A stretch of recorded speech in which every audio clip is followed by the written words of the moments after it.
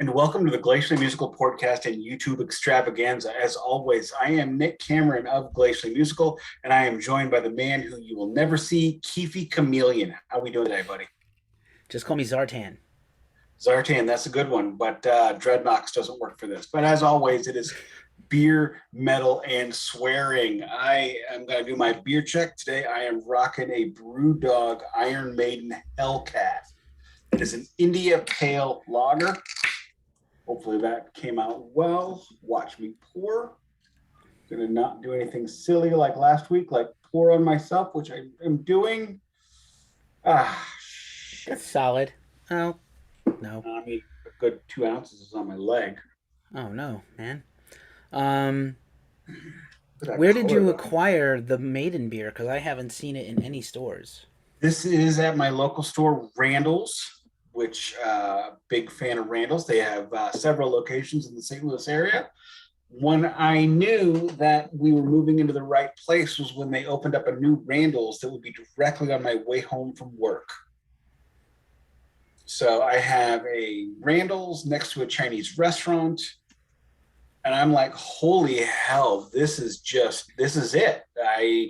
I'm moving into the right neighborhood. I am in a very prestigious neighborhood of St. Louis. It is the Southampton neighborhood. I am in the Hamptons, as it were. That's amazing. I have been unable to locate the beer. I don't know if this is the first time we have both had a banned beer on the same day, but I am having the Deftones Beauty School Pilsner from Oh, Belching Beaver. As you know, I'm a fan of these Deftones beers. Belching Beaver. That is a California brewery. They do a lot Okay. of collabs with the Deftones. They are sold in Trader Joe's across the country, Not as my well as Trader some Joe's, unfortunately. some other beers that they do sell. Phantom Bride is still in production from years ago, but this is the most recent beer they have put out, Beauty School. I'm gonna pop it open and check it out right now. Seeing This is my first time. seeing that seeing the logo. If you're not watching on YouTube, now is a great time because stop that. That logo is giving me a headache. It's like I've already had too many. So Okay, it is delicious. Yeah, I don't know what to tell you. It's a pretty good beer. I like this brand and I like these beers. I also, since we're in the game of beer, metal, and swearing, not beer, but I wanted to share with you. I got sent something very special that I have to figure out how to use. But the Kiss Drink It Up team sent me a bottle of cold gin, distilled gin. So I wanted to share this with you. I already unboxed this thing in a Ghost Cult video. They sent it in a box, and here's the bottle. We'll see if this translates to this video here. But there's the Kiss cold gin. I know the light is kind of on it. If you there can we see the go. bottle, Yeah. get it in focus a little bit next to my face. But yeah, it's pretty badass with a little note card cheersing the Ghost Cult team. I think when you buy this from them, it comes with a Kiss guitar pick. I did not Ooh. get one because I think this is like really right off the line, one of the first bottles. And they sent it to So, me to do a review of. I don't drink gin, but I'm going to now. so hear me out. Next week, instead of beer, metal, and swearing, it's martinis, metal, and swearing. I will Or, bust out my Trader Joe's vodka well, with here's some the blue other thing. cheese I, stuffed I, olives. I prefer vodka to gin, but here's another thing. It hasn't happened yet, but maybe by the time of our next recording, I may have my hands on a free bottle of blackened American whiskey by Metallica. That would be Mm, even nothing against Kiss because I love Kiss and I love Metallica, but I'm more of a whiskey person than a gin person. This is same. knowledge. So if I get I'd be more willing to do like the whiskey, which it is a sipping whiskey. It's not like a shots whiskey like JMO or Jack. But I'm very interested in if they send me this blackened whiskey, and then I might interview the distiller, the master distiller. So we'll see. I am interested in the blackened whiskey. Part of it is Mm. because they have the barrels being pounded by Injustice for all day, Yeah, which there's a is whole playlist actually that they picked, which is insane. which makes no sense. I can't imagine it does anything, but I'm gonna ask. It's supposed to affect the process somehow. Just for the record, I have a coffee injury today. I did this getting a coffee at the office today. So, yeah, that's awesome. But so it's beer, metal, swearing, and vinyl. So I got my vinyl check. You ready for yours? I'm ready. Are you ready? How I'll many start today? off with mine. Last week, and I have mentioned this on social media multiple times, we in the Tool Chaser mentioned my mutual Twitter follower King Loaf of Mark Porkchop Holder, and the week before that, I had mentioned. Actually, I mentioned it both that week. So I realized I didn't have any pork chop, so picked up the latest on Discogs, Death in the Blues. It's a little old, but the person who sold it to me mislabeled it. Surprise Starburst. Oh, that's cool. Maybe He, they didn't even know. it said Starburst on the cover, so maybe he didn't realize. But either way, I have the Starburst 180 gram vinyl. Listened to it today. Came in the mail yesterday. Spectacular, spectacular record, especially if you like slide guitar. And picked up Guar, This Toilet Earth. What's great about this one, you may notice I'm in the Mylar sleeves already. Split vinyl color. I Now, like that. a lot of people love the splatter and the starburst. Personally, I think the split looks cooler than the splatter and the starburst. Got one more for you this week, and I know we've all heard about the slap heard round the world, and it affected me deeply, and it made me do the one thing to lash out at a cruel world that I could do: buy a fucking record. And that record is He's the DJ, I'm the Rapper by the Fresh Prince and DJ Jazzy Jeff. It features such amazing tracks as Parents Just Don't Understand, which I think is the first number one rap hit by an African American duo. And it's also got Nightmare on My Street, which scared the holy living piss out of me as a young boy. He's got the body and I've got the brain. So Um, that's what I picked up this week. that's crazy. Yeah, we things affect us differently, and It occurred to me when the slap happened, I never did get that Fresh Prince record. Will Smith was the clean, safe, nice rapper for a long time, and hopefully his next rap record is all gangster rap and just gutter shit. Wait, so you think he should pull an MC Hammer? Yes, I do Pumps in think a he should pull bump, MC pumps in a straight up. bump. He should pull an Eminem and get progressively savage now for the rest of his career. Oh, Yeah, pumps in a bump, terrible. it was all terrible. I mean, Hammer had one record and then kept going. Um, Parents Just Don't Understand, and then he has another banger on that one beside the Freddie song. There was another one that was Is in it the Kids same. of the World Ain't Nothing But Trouble? No, I don't mean to bust oh, your bubble, but Kids of the World Ain't Nothing But Trouble. I think that was on his next one. Okay, because that's the one, if I'm not mistaken, that samples I Dream of Jeannie, which I love. That's like the coolest use of a TV theme song in a Wait a rap minute, ever. are you sure that's not Digital Underground from the movie Nothing But Trouble? No, definitely not. Okay. I mean, they might have also got that idea, but I'm pretty sure it was. Well, this record is actually a double LP because if there's anything you need, it's a double LP by the It's a Fresh double Prince. LP of an '80s rap record that's probably like 35 minutes. Yeah, no, it's like an hour and a half. I mean, they did it. Most of They these did. songs are like 6 minutes long, and what you Yeah. don't need is clean rap at 6 minutes long because they're not saying anything. Yeah, that is not on this. Although Okay. Rhythm Tracks House Party Style is. All right then.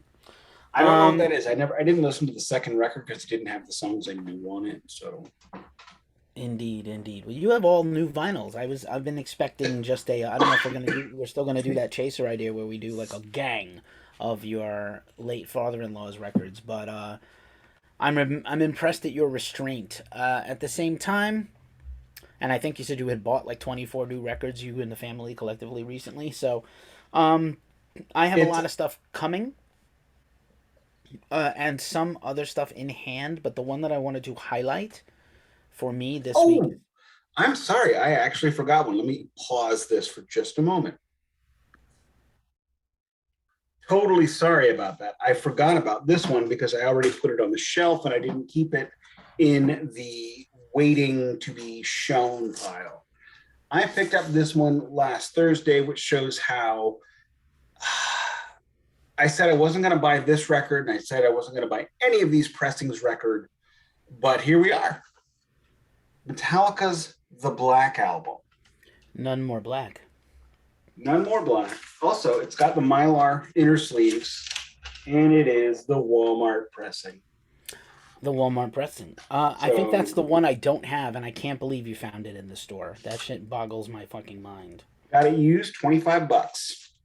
You got it used. Okay, I thought you found it in the store in a Walmart. That would have been unbelievable. No, I haven't been in a Walmart in 2 years. I don't like going to Walmart, period. And in the city of St. Louis, we have none. I have to actually leave the city to go to one. Our grocery stores here are unionized, so Walmart doesn't want to be a part of it. Understood. So this one was used at the record exchange.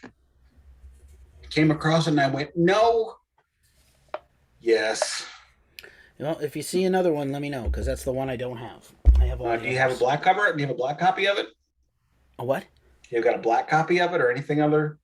That's the one Metallica of the Walmart series I do not have. Do you have a black version of it? Do you have any other? I have no version of the Black Album on vinyl. I would swap it straight up. I don't care. Oh. No worries. Before I was interrupted. I apologize. It's okay. I'll allow it. Because I was late, so you really should have been prepared. Since I was a few minutes late. I was doing the cat poop. Oh, the scoop. I hate the scoop, but yeah. Not just the scoop, but we take out the cat poop twice a day. Twice a day? Twice a day, too many cats. How many boxes? One box for all these cats or two boxes? Two boxes. Okay. Because cats are very territorial. They don't want to share. They will, if it's not done twice a day, they will poop and piss on the floor. That's crazy. They will just say, look, this is our house now. We're now into Mark Maron territory. We're talking about cats and poop.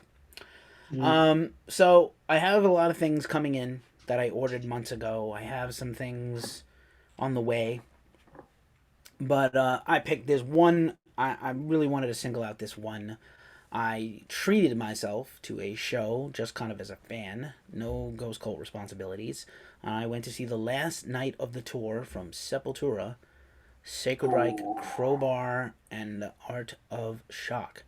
I got in the venue just in time to catch the end of Art of Shock. Didn't really get a whole full picture of them. I love Crowbar, Sacred Reich, and Sepultura. Sepultura, of course, had their drummer fall off stage and break his leg 6 nights before the end of the tour, and they missed one day. They got a fill-in who was amazing. So they changed their set list they've been playing, where they were playing a lot of stuff off their recent album, Quadra and Sepulquadra, but instead they were doing like a lot of old school stuff. So I got treated to like some jams they haven't been doing. So that was a treat. Sacred Reich I love, and Crowbar I love, and I got a Sacred Reich vinyl autographed from the band. And this is weirdly they said they hadn't been selling these on tour at all. This is ignorance. I have Surf Nicaragua, and they have a live record that's also worth having. And this is for like $40. I didn't ask you how much yours were. You can talk when I'm done. Oh, sorry. Since you already interrupted me once. But yeah, like considering this was $40, it came with a download card, which, I don't always anticipate. Some of these, newer records will come with a download card, but obviously a lot of these older vinyls don't. A very cool, autograph front cover, a very cool printed lyric sheet, old school. And this, because Metal Blade is doing all these kind of reissues, I'm pretty sure this is a reissue. This is kind of like, so the outside is paper, but the inside is Mylar. What's your stance on these? That's perfect. I mean, to me, and I am a little odd when it comes to this. I don't care about the packaging. I really don't. The only thing I care about the packaging is what you're charging me. Excuse me, I'm coughing up a storm apparently. Hmm. It's not COVID, it's just I swallowed some spit wrong. But with like the Kiss off the soundboard series, they're charging between 60 to $70 for a manila cardboard sleeve with no lyric sheet or anything. That bothers me because that should be $35, not 60. We're Yeah, at, I think Kiss, like everything else, the markup is unbelievable, well, I and mean, they're wetting their beak on the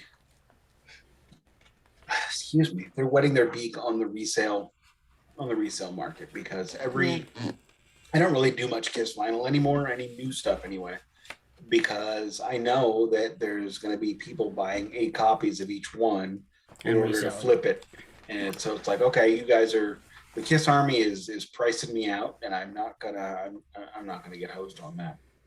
And Kiss has actually re-released or repressing their newest announcement is Greatest Kiss vinyl, the greatest hits album they released on the reunion tour, which had only been pressed on vinyl in the Hysteria box set.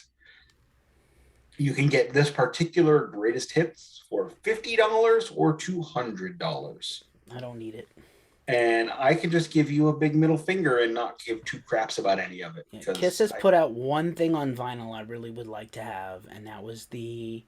And even though they're not good albums, I would like to have the Kiss solo albums on vinyl because they were beautifully put out on 4-color vinyl, matching the costumes of the band at that time, '78, the Dynasty costumes. yeah, it was And two I hundred don't. bucks. Yeah, I just can't. I just can't. But No, I I would have an like original it. pressing of Ace, and that's all I need. Yeah, I would like Peter, especially in Ace, and it'd be interesting that and fun to have as a set to display or to listen to in a day. Other than the classic Kiss records on vinyl, like my first vinyl ever was Rock and Roll Over when I was like 5. So Right. And I don't buy records to display. I saw one person saying, "Oh, I want a Greatest Kiss to have a vinyl copy for my display. I don't have that one." And I'm like, "That's okay. You know what? If that gets you through the night, that's great." But for me, the only thing I care about is what comes out of my speakers. It's not what surrounds the grooves; it's what's in the grooves for me. And mm, that's why I don't care about that stuff. But as for what things cost, my copy of the Black Album was $25, which is presently market value on Discogs, $25. My copy of uh, Mark Porkchop Holder, I got a deal on it. It was $10. Same Fresh Prince was $10, and Guar was 35. you are a very good value and bargain hunter.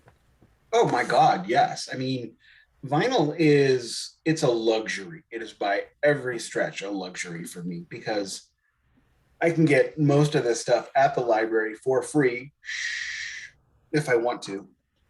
But what I do more often than not is I go to the library, I listen to an album and I go, "Oh, that's good." I rip it and then I buy the record.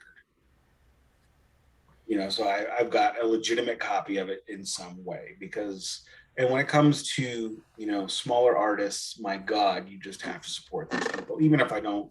Like I have Hath, I have Endless Floods, I have Briag Nalfa, which is not the actual name of the band, I can't pronounce it, it's Irish something or other. Into the Storm, Terrasoma, lots of these small bands, and I just buy the record and I can download it on Bandcamp. And when you buy those are 25, 30, $40. So you got to bargain hunt on the big stuff. Fresh Prince doesn't need my money. So yeah, I got it for it might have been like $8 plus like $5 shipping. I mean, it wasn't significant by any stretch. And in order to keep the train flowing, yes, I do bargain hunting. I actually Word. was I think I told the story last week, but I was at the antique mall a couple of weeks ago, and there was Free, there was Bruce Kulick, there was all kinds of good stuff, but it was like, I don't know how much I'm going to listen to this stuff, so I didn't buy anything. Noted, noted. So yeah, that's the vinyl check for today. I don't know if we have any news or notes to share before we get into today's episode. We don't. Um, did we talk That, about Pink Floyd last week with the new song? we did not. That came out on Monday, I believe. Yeah, we didn't end up talking about it, but Pink Floyd has a brand new song. It is for charity. It is, sounds like Pink Floyd with a different singer. Agreed. And it's not a bad tune, and they literally wrote it in like half an hour. So And they recorded it in two. So literally recorded it on Gilmore's boat, and it's got Nick Mason and David, and they were and Guy collaborated with Pratt and Guy Pratt. whoever the guy is playing keyboards for David, whose name, right? Frankly, I just don't remember, and I apologize to that gentleman. No worries. And then Looks like Kenny Rogers. He a little bit. They collaborated with a. He actually looks like old Matthew Lillard with gray hair and a short crop top do. But they collaborated, they recorded with this Ukraine artist who David was inspired by. And the single is for charity. Go buy it and support it if you want to support, the. And if you're not going to buy it, at least stream it 3 or 4 times. Yeah, it helps. Every little thing counts, and and I didn't have that on my bucket list for the year. And in the exact same week that Pink Floyd puts out a brand new song, Roger has announced additional new headline tour dates I think in my memory, for the first time. You will have to correct me because you are the Roger expert. Roger is billing himself as Roger Waters of Pink Floyd. This is a first. You see, even you're surprised, so you didn't know about this. That is new. I don't know if that's a ticket sales ploy, but I'm a little surprised that he has to do that. He doesn't, because he plays arenas. He plays arenas basically playing a Pink Floyd set. He said on the Radio Chaos tour, he was playing in Cleveland, playing a 5,000 seater, which he had sold like half of it. And the next day, Pink Floyd was playing the football stadium in Cleveland and had sold it out. They're like, I'm playing a 5,000 seater, and these guys are playing the football stadium the next day playing my songs. I mean, I can understand why that would miff him so. I am surprised that he didn't go, you sons of bitches, I'm going to do this now and do a Ukrainian song. Because, I mean, I was talking about I'm kind of surprised he didn't do it first. He's usually the more charitable one. He's usually on the forefront of these things. The Roger Waters charity single has already been a thing. Yeah, he did Mother for charity back in the day. By back in the day, I mean 2020. Which I actually only heard it recently for the first time. And it's spectacular. It's really good. But I'm surprised he didn't do it. I was having a conversation with Roger about Roger the other day at work. And the thing and we had talked about this before, I think. I'm not sure if it was on the podcast or not, but if you watch the Live 8 performance, at the end of the performance, and during the performance, Roger has a smile on his face. He's happy. He's not bitter. He's not angry. He's mouthing all the lyrics as they do it, and he's into it, and it's great. And David Gilmour is on the other side of the stage. David is stone-faced. He is singing. He is in his moment, as he should be, because David is an amazing, amazing singer. No matter what you may say about that man, he can make a guitar sing as well as he can sing, that is saying something. After the 5 songs or whatever, Roger puts his arms around Rick and Nick, and David's like, I don't know, man. And then Roger's calling him over. Come on. And his whole body language is like, no, I'm not. He not does into it, bro. He does it. And that was when you could tell that there was no reunion. There was nothing. No, I mean, I'm glad they did it when they did it for charity. They did it for the right reasons. I'm proud of that moment. Agreed. I figured that was the end anyway. And Rick passed away sometime later, but he passed away about 2 years after that. He did a tour with David on the On an Island tour, and God love David. He played his whole record, opened the show, playing the record. Doesn't care. That's awesome. I love that, because you know what? When Ace Frehley plays a show, he plays 18 Kiss tunes and 2 Ace tunes. And I count all the solo records. So the Kiss solo record is Kiss tunes. But anyway, after that, when Roger finally realized that comeuppance, that final moment was never coming, the smile fell from his face. and bitter old Roger came back. Well, you can't always get what you want, and I can't blame David. Also, Oh listen, no. a lot of money has changed hands, a lot of negativity, a lot of shit talking, backstabbing, front stabbing, and at the end of the day, Roger's on the outside looking in even now. So I'm just surprised that he has to resort to, like, I'm pretty sure fans know who he is and know at least the names Roger Waters and David Gilmour. And that he doesn't have to say Roger Waters of Pink Floyd in a pink font on a black poster with additional headline tour dates, like to hype his tour. Doesn't seem, for the first time ever, he's doing something. I don't know what that means because he's done kind of everything he's already done. I don't know what else there is to do. Pink Floyd Apparently, related for he's going to be Roger. playing the powers that be on this next tour, Okay. which makes me happy because I like that record. Yeah. Most people do not. It's okay. It's It's not. that's Roger. I'd rather hear Kaira or something else. That is Roger at his weirdest, trying to be deep and going too far into wacky. It's like anime. It's like Bleach. See that watch this anime about the typical high school student who's in a band.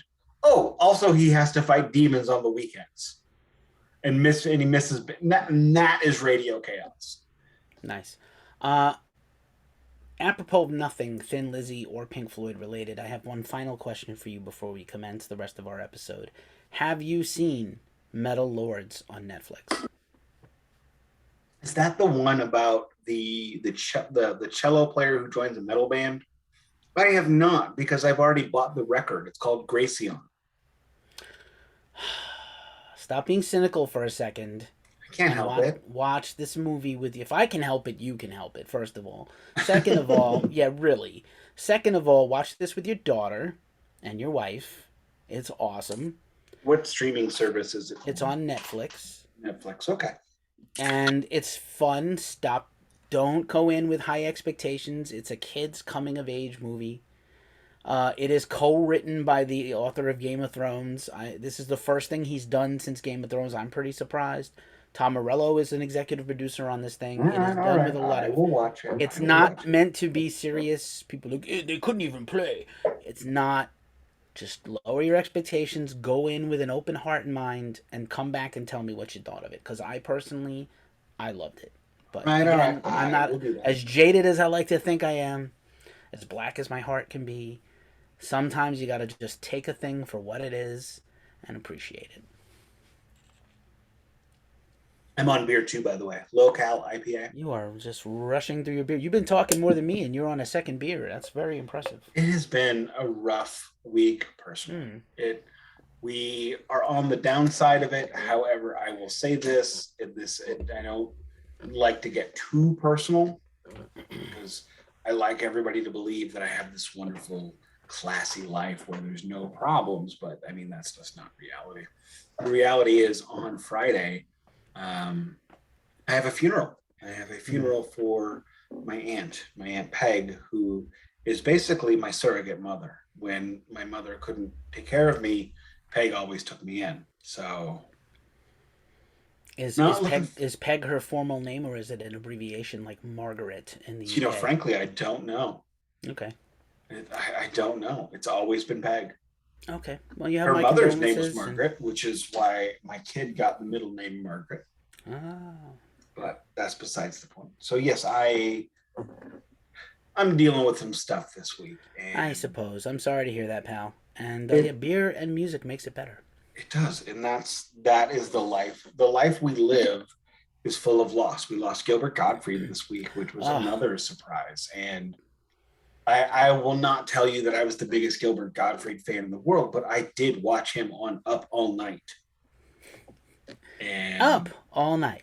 I can't even do it justice. Yeah, I know. No one will know what that is. Let's move on to Thin Lizzy, if you don't mind. This will heal you a little bit, I think. You've rambled a bit. I've listened to this record twice today. I know the highlights really well. Doing my best. Not a worry. So to recap the story so far, not the whole story. We did one episode on the deep background of Thin Lizzy. We did another episode with their sort of a second proper record. Last week's episode was Jailbreak, their pinnacle record, their Led Zeppelin 4, their Hmm. Black Sabbath Paranoid, their Master of Puppets. It is their best Spoiler record. alert: that record was better than this one. Yeah, of course, but I mean, there's that's not a fair statement, but it's not unfair. It's not unfair. That was their best everybody record. climbs the mountain at some point. You Yeah, don't. and again, Thin Lizzy had not had a hit record yet. Out of five, that's their sixth record, if I'm not mistaken. And they had a hit single, Whiskey in the Jar, that kind of started putting their sound together. And then they still played two more records where Jailbreak is their sixth record. They still played like two more records after Whiskey in the Jar where they were coalescing. And then had Jailbreak. And Jailbreak should have put them into the Led Zeppelin class or right under it. And what happened is, and what always happens is with this band, something happens to mess it up. They go on tour, they're supposed to tour America, it gets aborted. Phil has hepatitis and cannot tour. So he's hospitalized for months with hepatitis, apparently. I wonder how he got hepatitis. Well, yeah. So anyway, It's actually I make light of that a little bit, but it's rare that you hear about. It's very rare that you hear about rock stars getting serious STDs. I mean, they probably do, and we just don't hear about it anymore, Right. despite It's how rare that you public hear everybody's about lives are. Um, I think Jacoby Shaddix of Papa Roach has like very publicly stated that he got a venereal disease as a result of child abuse. Um, that's nothing to laugh at or funny. not touching that one. He was trying to make it funny. I don't think it's funny. I think there's enough groupie business and fans and things like that. I'm not trying to shame anybody, fans or bands, but I think that's just the one area that's still kind of like a no-go zone. But if you're supposed to do a sweeping barnstorming tour of America where you have like 50, 60 tour dates booked and then you play less than 10 and fly home sick and don't do anything for 6 months, that's a huge impediment to your career, and the sales of Agreed. your record are going to die. Jailbreak was easily on par with, I would say, Led Zeppelin 2. Led Zeppelin I 2 think it's on being par with Houses of the Holy. It's that good. It's okay. an incredible record. It has hit songs. It has more hits than Led Zeppelin 2. And Right, but it has legit radio songs. Led Zeppelin, I'm not talking about that. I'm talking about my personal belief in the quality. Oh, And sure. Led Zeppelin 2 is considered to be a classic record. However, Yeah, yeah. it is my least favorite of that run. But Interesting. I've it's heard you disparage their later records also. I have only disparaged. I'm not saying Led Zeppelin 2 is bad. I'm just saying I prefer, if I'm going to rank the first six records, it's number six. Fair enough. That's not bad. I have it. I love it. But it's not three, it's not four, it's not House of the Holy, it's not. Mm. Actually, no, I take that back. It would be Physical it'd Graffiti be is number technically their five. sixth record, so I don't It's know. House of the better than Holy is Physical five. Graffiti. I don't know. No, it isn't. But anyway, it isn't. It just isn't. But we're gonna fight about that. But the point is I believe that Thin Lizzy made a record on par with Led They Zeppelin. made a record on par with Classic things. every greatest band's greatest record. Agreed. Jailbreak is their greatest record, and I would put it up against anybody. Then they don't get to tour behind it much at all. And so Phil spends like 6 months in a hospital. He left for one day to go play a gig and went back sick.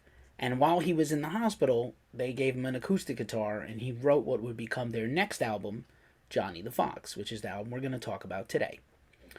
And so, he kind of comes up with this concept record. In a lot of these Thin Lizzy records, he's singing about himself or to himself, past or future him. This record is a concept record, but he might as well be the person. He is Johnny for all intents and purposes. He's singing about his life and about his goals and dreams and things in a metaphorical way, because he is a brilliant lyrical storyteller. And although he was ill for a long time and could not go on tour and could not leave the hospital, that's some illness if you are bedridden for months and infirm. But he put together this record, and then when he finally brought it to the band, they fleshed it out to this thing that it would be. And, while he, again, had already asserted himself as the dominant writer in the band, and it's unquestionably his band, this is, still like his thumbprint is on everything. The other members of the band do get to contribute, do bring in songs.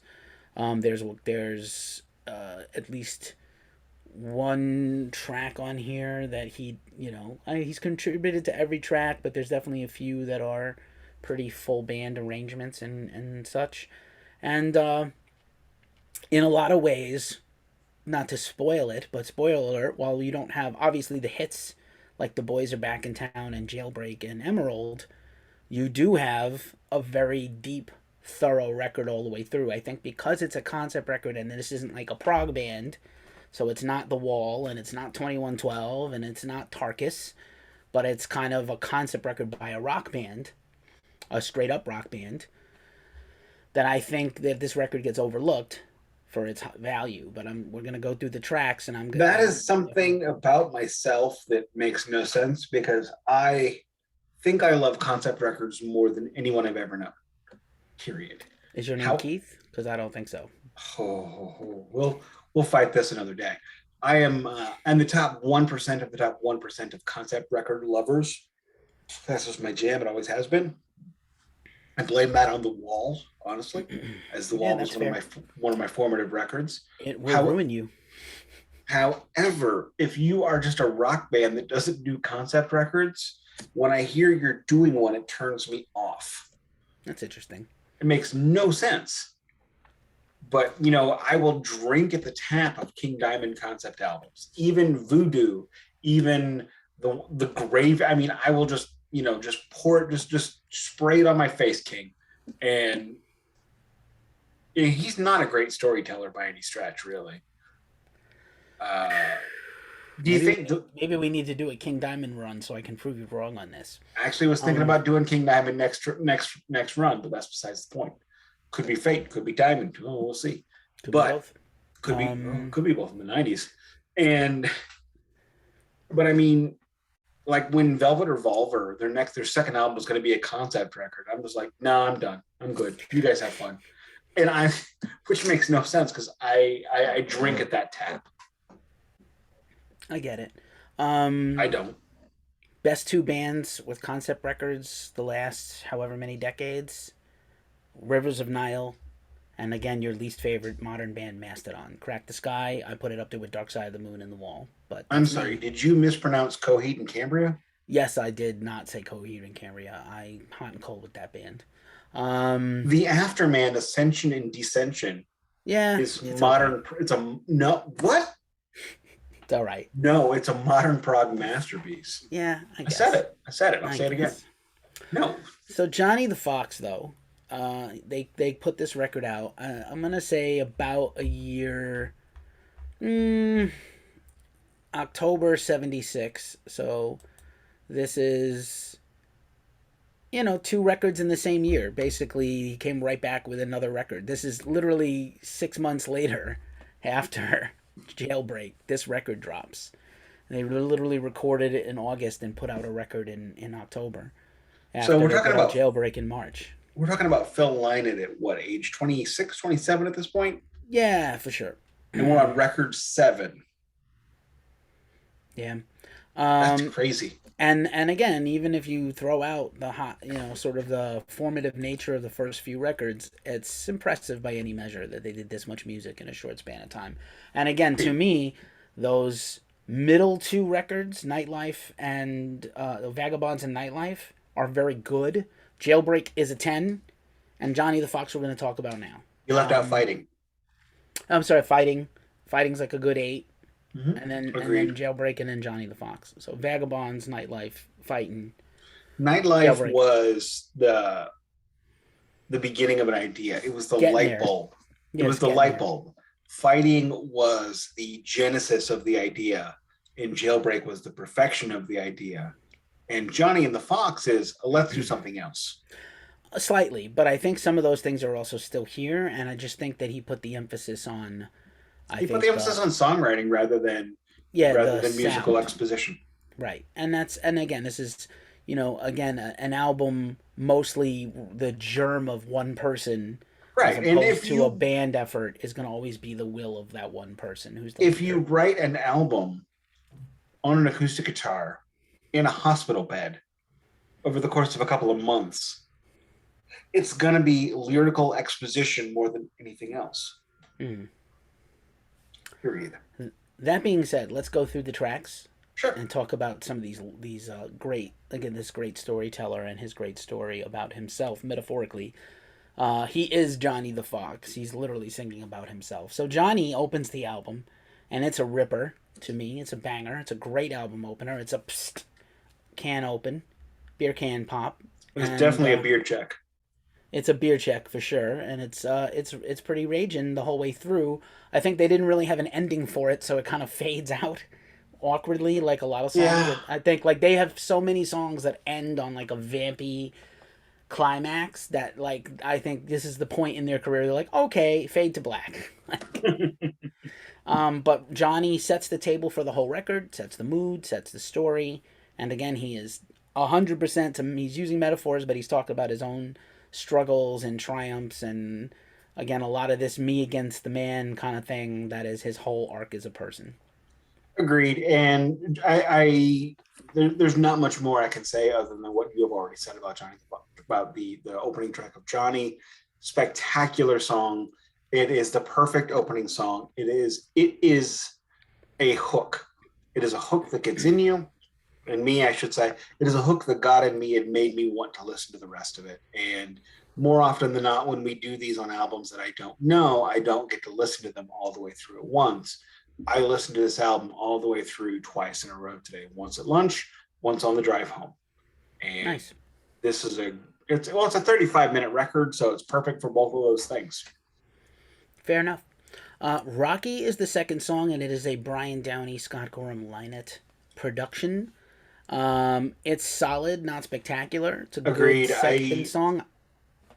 I don't remember it. It's a second song I only remember, a second song of a side I only remember if it's amazing or terrible. If it's soft and squishy like this one was, it gets forgotten in my head. They can't all be master of puppets. Agreed. And But Rocky, I that's don't why know if this Metallica is was so smart. They always put their title track second. second, so you would not forget it. Rocky, I don't know if this is an actual allusion to Rocky the movie or the story. I don't know what year Rocky The movie is. Rocky Right hadn't around, come out yet. yeah, it's like 77 or 78 for I thought it was even Rocky. later than that, like 79. I could Could be be. wrong. But yeah, Rocky is the second track, and again is so these are either characters in the story or uh, songs that move the story along. So I think he envisioned this like chapters of a book and exposition. So Johnny is the exposition. It opens the story. It tells the story of Johnny and how his wild ways, and then Rocky is another chapter that moves the story along. Musically, it's a little step down from the opener, but there's a reason songs are openers and other ones aren't. Look, But sequencing is a real thing. It's, Mitch Hedberg says when you're doing 45 minutes of comedy, you got to start strong and you got to finish strong. 45 minutes of comedy, 45 minutes of music. It's the same thing. It can't be like pancakes. 10 minutes and you're all sick of them. fair enough, fair enough. Next up is the third track, Borderline, which is actually one of the better tracks on the album. Agreed. It's It is a very strong track. great, strong rocker. It would have benefited, I think, from some of the harmonies that are not here. But that's my only complaint about this one, is it could have used a little bit of musical exposition. Yeah, they dialed it back. It's a little more straightforward, and I think you will find this record is a little more straightforward, where the last record was given to exploration and second outro solos and double choruses and things. And this album is definitely an effort to trim that back. You It's get the amazing longer, because yeah, both records are the same length, about 36 minutes. right. And in Jailbreak is full of musical interludes that this one just does not have. Yeah, and that's okay. I mean, again, different record, different time, Agreed. and maybe Agreed. felt like he wanted to do something completely different. Um, the arguably the best song on the whole record is the next track, Don't Believe a Word. Oh, I love this song. This is a masterpiece track. Every bit about it. Just the riff, the voice, his lyrics, just how he delivers a line. The song is incredible. It This is definitely the stands alone by itself as a memorable song from this record. It probably went like if you name off the top songs by the band, this isn't the top 3 or 4 because those are all big radio hits, but this would definitely be in the running for the next big song. I like this song better than all of those radio hits because this song strikes a chord where, you know, I have lived a long life full of people who didn't, frankly, who didn't measure up to their word. And so to me, this song was about don't believe my words, believe my actions. My words are false, words are flimsy, Mm. actions are real. And that is something, so it just struck a chord with me personally and love this song. This is the kind of song for me that absolutely sells records. Mm. I also want to shout out again Downey on this record. We've talked in the past about him being the master of the shuffle, but this is a record where actually he gets to drum hella hard and good. The drumming on Johnny is phenomenal, and the drumming on this song on Don't Believe a Word is phenomenal. Like there are actual little breaks where he's grooving, he is hitting hard fills. You would have thought this was a different, not the guy who's doing the shuffle beat on The Boys Are Back in Town. I Not can that see good. that. Uh, Closing side one and another personal favorite, Fool's Gold, which is meant to be a story about the Irish potato famine and immigration to America, but also is a double meaning, I think, emotionally for Phil personally.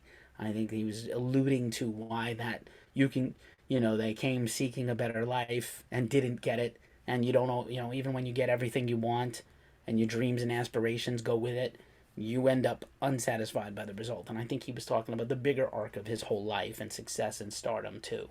So this is a phenomenal song, beautifully written, great guitar, great lyrics, beautiful singing. Just again, I know I keep like a broken record about these topics. I absolutely love the extraordinarily pretentious spoken word part at the beginning because it doesn't, I know why he did it. He was setting up the lyrical arc and the storytelling arc of the song. But it just reminds me of that really terrible spoken word intro at the beginning of Shout at the Devil. Because it's just that. It's bad. It's frankly bad. The song Oh, is great. I mean, are you up to date on your American immigration history and your Irish history and your potato famine history? Maybe he was singing to a larger audience because of Jailbreak and figured people are not going to know what this song is I'm about. up to date. I know. I know all about that. But a lot of people didn't. I know, but it's still the spoken word doesn't fit the song. Okay, that may So be it fair. doesn't matter if the history is right or wrong in the way in the way my opinion is being framed. My How opinion about is when Iron framed Maiden as has a spoken intro? Are you a fan of those? I'm not. which one? I mean, there's a few. Everyone they've used as a sample, and they're Yeah, all kind of silly at yeah, they're all best silly. They're because all they have the silly. prisoner where they do a sample from the prisoner, and I'm which a is free man. a poorly acted little bit from the prisoner, I might add. Mm. Then there is we had technical difficulties. So if what I am saying does not work, I apologize and I will punch myself in the face later. But so Iron Maiden spoken word intros, they're all samples. I will say the Winston Churchill one is terrible because Carrie Elway's impersonating Winston Churchill was way better than what Winston Churchill actually said. We'll We'll fight fight them on on the the streets. beaches. We'll fight in the fronts. We will defend our island, whatever the cost may be. He sounds like a drunken fool who's half asleep. My Uh, favorite Winston I love you, Churchill. England. My favorite, yeah, of course, this is no knock on England, but my favorite Winston Churchill impression is rapper Dan Bull on the epic rap battles of history, Teddy Roosevelt versus Winston Churchill, in which Churchill absolutely wins that rap Not battle, in my Franklin. opinion. Teddy, not Franklin. Teddy, not Franklin. Franklin Makes would no be amazing. sense. I want to get Franklin rapping in the wheelchair and rap about how badass Eleanor is. He would be a genius, right? He was a great orator. But they got Teddy, because Teddy is kind of like the unofficial mascot of Epic Rap Battles of History, if you've ever watched it. They No, a use him little in their bit, not commercials. much. He's Well, in their the thing commercials. is he would Franklin would not be rapping about how badass Eleanor is. He'd be rapping about how badass his mistress was, Oh, the I one think he he'd be was with rapping when about he like, died. yo, I helped end the war. I saved the people. I got us out of the depression, all from my wheelchair, sitting down. No, Truman finished the war. I know, but I'm just Hey, saying. Truman is the only president from Missouri, and the And only hope, president without a middle and name. hopefully the only president from Missouri ever. Hey, we used to have good people.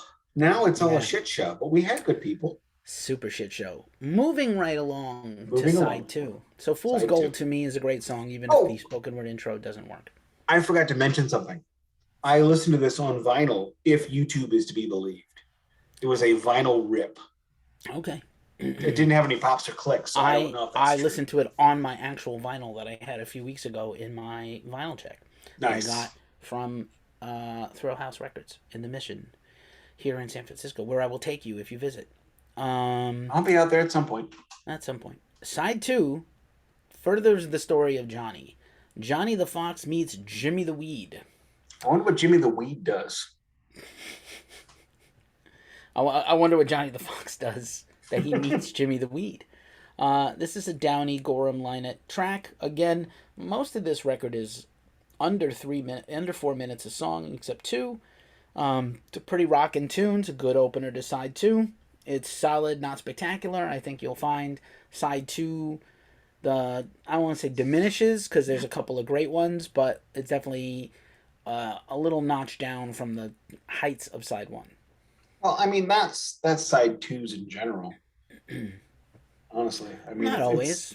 Not last week. Last week was four bangers and a classic radio deep cut. So yeah, and that's unusual. it is unusual. The next track is Old Flame. Um, Again, another good song. Not the best, but a good song. And you know, whenever Philo is singing about his heart and romance and love, it's a definite tearjerker and a panty dropper at the same time. Yeah, I don't remember this one or the next one. Oh no, the next one is one of the more badass tracks of all Thin Lizzy. It's on their greatest hits album. This is Massacre, and it is a badass track. It's got a great riff. It's got a groove, good bass, good stuff. This is a very good track. I think it's on their greatest hits album, and yeah, one of their better ones. Um, Yeah, it didn't stick. Nothing for you. Okay. Um, Sweet Marie is the penultimate track, another semi love song. Love this one. And good song, good song, good. You know, any fresh thoughts about this? This is Gorham and Lina kind of It, together. it's it's almost like Al Green. It's almost Stevie Wonder. It's Phil exploring a different part of himself, a different part of what he can do, and that's why it stuck out to me. You know, the Johnny the Fox meets Jimmy the Weed, Old Flame, Massacre. These are up tempo rockers, and they all kind of blend. And then it goes into Sweet Marie, and it's like, oh, hard left turn, and that's why it's easy. That's why it's much easier for me to remember, and that's why sequencing is important, children. It's not all Mm, just about singles. fair enough. The final track is actually my least favorite track on the record. Boogie Woogie Dance. It's just okay. It's just It okay. Not a great song to didn't me. need to be there. But you know, sometimes they're just trying to fill out a record, and this is what's left, and they didn't have much, and this thing's got to get done. So good enough is good enough It's got to get, sometimes. yeah, that Boogie Woogie Dance is definitely a that'll do kind of Yeah, song. you could have ended this record on Sweet Marie, and I would, or Massacre would have been a very good closer, and I would have been fine with it. And again, this is a concept record. I don't know that Boogie Woogie Dance follows the concept of the rest of the album too Or closely, any so it just concept. or any concept, so it just feels like it's just there. Um, And just a couple of notes. So this is the I don't know if this is the beginning of the acrimony with Brian Robertson. He's been fired and hired back several times in the band history. So he's really not on here except on Borderline, which is great. He doesn't have much of a writing contribution. He gets to lay down a few solos, but not a writing credit. And this is when it kind of looks like Gary Moore is going to come into the band. And does he come in? Does he not? Supposedly, Phil Collins is also somewhere on this record doing percussion and drums. They were very close friends, Phil Collins and Philo, and but no one knows what tracks Phil played on. They were not tagged correctly in the reels, so no one knows what his drums are on here. And neither Downey or Gorham have any recollection of Phil being in the studio with them. So it could be one of those things where Phil and Philo show up late, turn on everything, and just lay down. Phil lays down some tracks, and maybe they make it on, and maybe they don't. No one knows. This is the And second series where Phil Collins has made an appearance. Phil Collins And makes his appearances. He's that guy. Um, so interestingly enough, this album artwork, which is also again another sort of beautiful design with a little bit of a like, it's beautifully drawn again by Jim Fitzpatrick.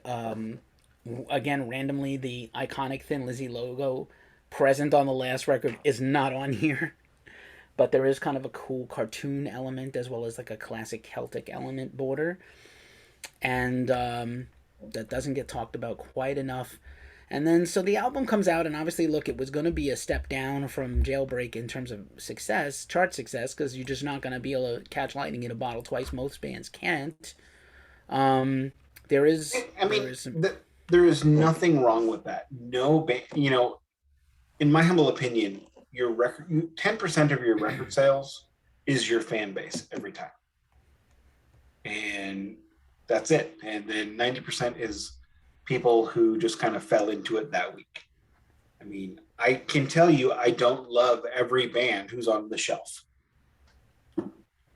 I don't know anybody who loves every band as a band rather than, it's like, were you a fan of the Blues when they won the Cup? Were you a fan of the Blues in 2005, 2006 when they got the first overall pick? It's that kind of thing. A band is a franchise. An album is a season. Some seasons you win, some seasons you lose. Right. I think also interesting of note, so the band had not really toured behind Jailbreak, came right back with this record. So they really didn't get to tour Jailbreak. They come back with this record. They do a headline tour of the UK and Europe, supported by, once again, Clover, featuring Huey Lewis, and basically what becomes Huey Lewis in the News later on. They play the BBC with Rod Stewart, where they played live, and Rod refused to play live, so he lip-synced, and he looked terrible, and they looked great on national TV, which, must have been a shock, as big a star as Rod Stewart is in the late 70s. And then they were supposed to go to the U.S. at the end of the year, and what happened? Brian Robertson is in a club in London and starts a fist fight and wrecks his guitar hand. Like, God, like how much bad luck, Anthrax levels of bad luck Thin Lizzy has, right? It's pretty unbelievable. Supposedly one of his friends was about to be attacked with a glass bottle, and Brian jumped in, and his hand gets cut open, cutting an artery and a nerve, which had to get reattached in the 70s. So where was Gary Moore at that point? I mean, well, Gary Moore... so Gary Moore comes in. The band gets their tour is postponed to January, and Thin Lizzy goes to the U.S. for 3 months, their longest consecutive tour ever of anywhere, I think, where they opened for Queen with Gary Moore in for Robertson. And at that point, Brian, we're going to see, he's still in the band, but it's kind of like the seeds are sown for him to be out permanently at that point. He cost them innumerable damage. How many artists or how many members of a band can you name? And I'm not even going to mention, except for that I'm mentioning it now, I'm not going to mention that, Thin Lizzy was basically a solo act. Basically. I don't think so. I think they're a band driven by one guy. You can't really call... I mean, like, those other guys' contributions are pretty huge. And again, I'm not saying their contributions don't. I said basically, not actually. Okay.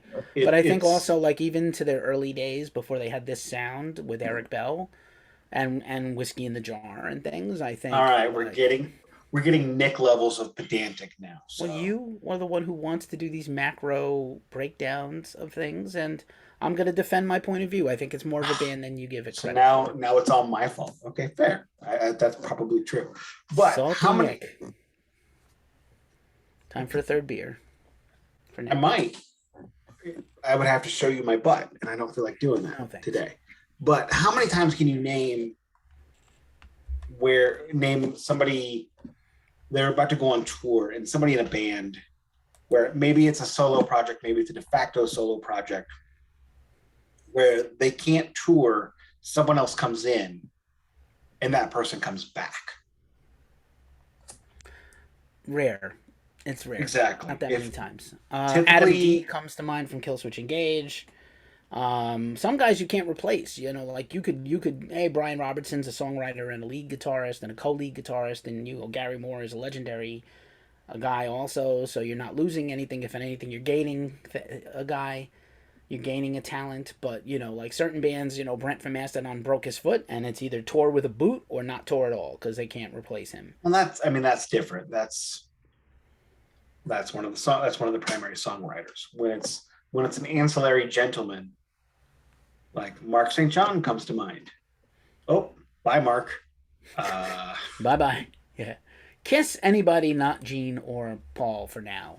It'll be very interesting to see what happens in 3 years' time when there's a complete new version of Kiss. But we'll get to that. There won't be, but I think there could be, because what I have noticed with Kiss fans is being a Kiss fan for the most part is a continual lowering of your expectations and standards. It started off, every year something new happens. Oh well, no lip syncing. It's quality, great live shows. Oh well, Paul's old; he can't sing anymore. It's okay. It was never okay to sing like a wounded cat. Period. Unless you're this is a huge topic right now. I don't know if you've seen the videos. I guess we could have talked about this earlier in the episode about Bon Jovi. I did, and I actually saw. I saw somebody on the Kiss forum say he makes Paul sound good. No, he doesn't. Paul sounds like somebody grabbing somebody's nutsack and twisting it like you're playing tetherball. Yeah, I think first of all, Paul is like 10 plus years older than Bon Jovi, but I think Bon Paul Jovi's was worse than Bon Jovi is now 15 years ago. That's true. Paul has lost his step vocally for sure, and maybe John. I think John, if he hasn't lost the voice, I think he's struggling with his hearing, because that seems to be the problem. He's not finding the pitch, so he's not only is he bad on the pitch, he's not able to correct. He can't hear himself well enough to correct. He also might have. He's been playing arenas and stadiums for 35, 40 years. He might have no hearing left. Correct. He is a lot like Ace Frehley is now, except not as tone deaf. What'd you say? I couldn't hear you. Right. I watched You Give Love a Bad Name. Is it bad? Yes, but only compared to what it used to be. If somebody sings that,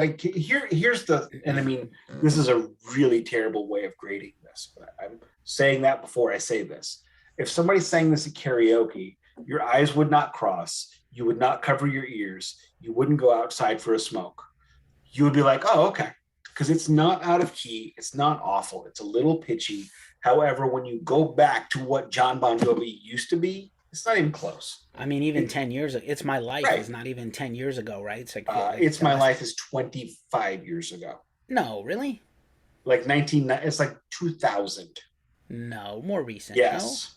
No? Yes. Okay. I guess. I don't want to look it up. I don't care enough about Bon Jovi to look it up. I'm going to say that anybody can have a bad night or a bad tour dates or a bad run of dates. Maybe he needs to go get some teaching and training and healing and work on himself. But he is low. Like if you're going to rank the elderly singers, as it were, Paul Stanley is the bottom of the bunch. He's lip syncing now because it's so awful. Then you have David Coverdale. No, I'm sorry. Then you have John Bon Jovi, who's just it's talk singing. It's not in key. It's not out of key. It's just it's my life now or never. That's what he sounds like now, except a little bit more powerful. Well, he also has the luxury, kind of like Vince, where the crowd will sing. Anyway. Oh yeah. And then you just have to not suck. You don't have to carry it anymore. You just have to. In fairness, we should have Vince in there too. So it's Paul, then it's Vince. Oh, I think Vince is very low on the totem pole of Yeah, I country. mean, so is So. Paul, but Paul's And the he lowest. always was. See, Paul wasn't always. Vince is Well, always. Paul at one point in time was the greatest singer in rock. I will die saying that. I It don't wasn't disagree. a it Late wasn't a 70s Paul. long time, but he did have it. It was the Yeah. 90s.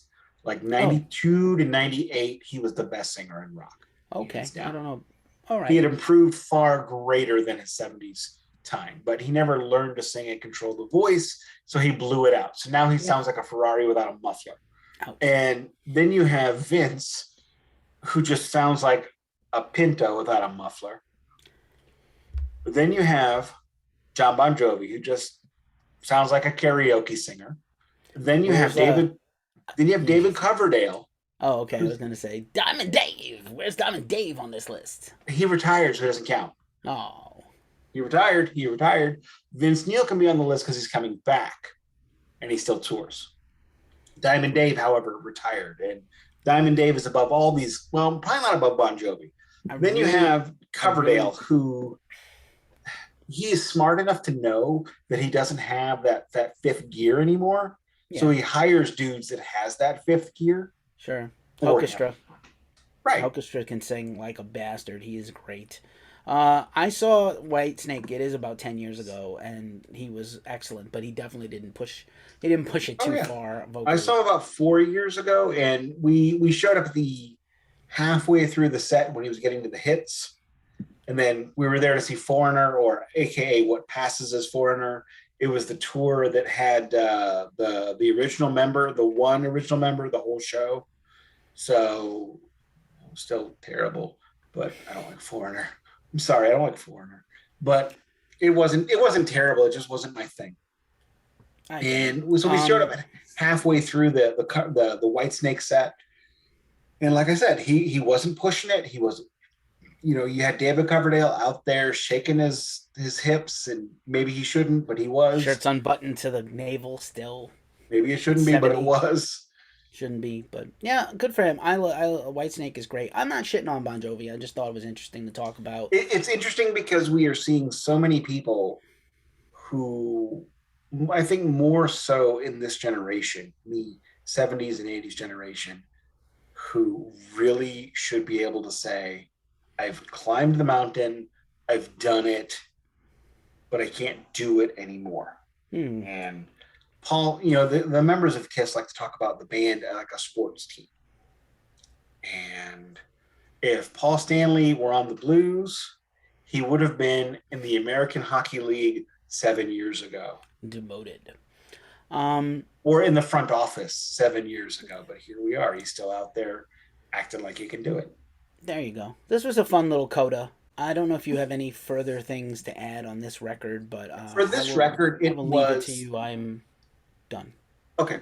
I will sum up this record now that we're back on topic a little bit. It's a really cool record. Is it as good as Jailbreak? No, but it was never going to be as good as Jailbreak. Jailbreak was their 11 of 10, and Thin Lizzy, quite frankly, was lucky to get an album of that quality out of those guys. That is a very rare and uncommon occurrence. And more often than not, you don't actually get that out of those guys. Metallica has that when they bring in Bob Rock. KISS has that when they bring in Bob Ezrin. Although I'm not a big fan of Destroyer, but that's besides the point. Pink Floyd hits that with Alan Parsons working with them, as he will tell you at length in all of his books. But they do it. I said the clocks. I should get the credit. This fucking guy. But they do Jailbreak with Phil Lynott producing the record, writing the record. The next album is going to be a step down because, Hank Aaron or, Mark McGwire only hit 70 home runs one season. You build, you crescendo. It's called a climax. Everybody's got one. Then we go into Johnny the Fox, where it is a musical departure. It is an expositional departure, but it is a spectacular departure. He's telling a story. That story is, this is who I am, this is where I'm from, and this is where I want to go, and this is where I no longer want to be. He is Johnny. Johnny is somebody who's made mistakes. Johnny is somebody who he doesn't want to be anymore. He's trying to find a new life in his new life. He's trying to find Phil Lynott in Thin Lizzy. After, once your dreams come true, Willy Wonka says at the end of Charlie and the Chocolate, or at the end of Charlie and the Chocolate Factory, the book, or Willy Wonka and the Chocolate Factory, the movie. Did you, excuse me, did you ever hear what happened to the man who all of his dreams came true? He lived happily ever after. That is not normally the case. And normally, when all your dreams come true, you have friction. You have imposter syndrome. You wonder, do you deserve this? Is this you? There's a lot of stuff going on. And Johnny the Fox is Phil Lynott dealing with the success of Thin Lizzy. It's also dealing with the loss of what Thin Lizzy could have been in the United States of America had he not gotten sick. Mm. So, And I also I'll just add one last thing, which is although they did that wildly successful Queen tour, which was stadiums, by the way, I think unfortunately, I think Lizzy, as great a band as they are, I think especially doing the Jailbreak and Johnny the Fox material live, and maybe Whiskey in the Jar and some other songs, I think the club would have been better for them. But again, if you've never headlined America in clubs and theaters, you're not going to go headline by yourself a stadium. So they agreed. had to And open for Queen. I will finish up with this one statement, and then I will let you take us out because it's your turn.